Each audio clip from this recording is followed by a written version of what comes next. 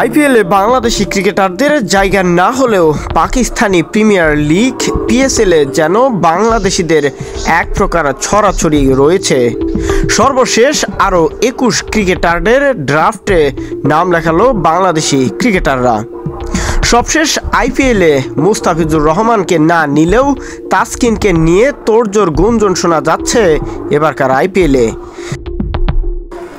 Pakistan super লিগের PSL players ড্রাফটের platinum এবং gold ক্যাটাগরিতে থাকা ক্রিকেটারদের নাম আগেই জানা গিয়েছিল, যেখানে জায়গা পেয়েছে বাংলাদেশের ৮ ক্রিকেটার। এবার বাকি ক্যাটাগরিতে থাকা ক্রিকেটারদের নামও প্রকাশ করেছে পাকিস্তান ক্রিকেট বোর্ড পিসিবি।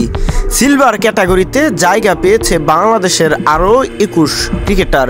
সব মিলিয়ে বাংলাদেশের ২৯ ক্রিকেটার থাকছেন পিএসএলের ড্রাফটে।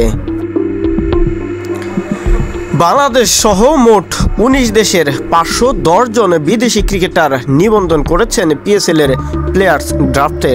আগামী ১৩ জানুয়ারি লাহোর ফোর্টে অনুষ্ঠিত হবে পিএসএলের প্লেয়ার ড্রাফট।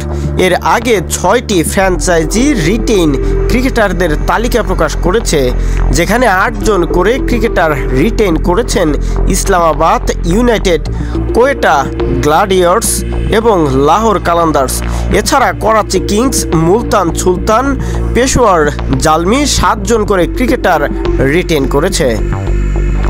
প্লাটিনাম ও ডায়মন্ড ক্যাটাগরিতে থাকা বাংলাদেশি ক্রিকেটারদের মধ্যে রয়েছেন মুস্তাফিজুর রহমান, সাকিব আল হাসান, মাহমুদুল্লাহ রিয়াদ, হাসান মাহমুদ, রিশাদ হোসেন, তানজিম হাসান সাকিব, তাসকিন আহমেদ এবং তাওহিদ হৃদয়।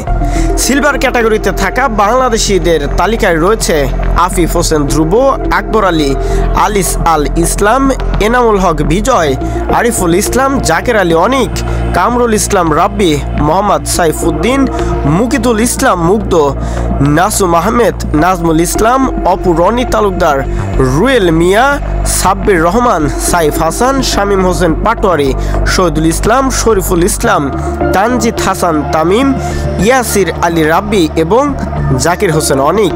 এদেরকে নিয়েই পিএসএলের ড্রাফটের প্লাটিনাম এবং সিলভার ক্যাটাগরির দুটো ক্যাটাগরি থেকেই বাংলাদেশি ক্রিকেটারদের জায়গা হতে যাচ্ছে পিএসএলে।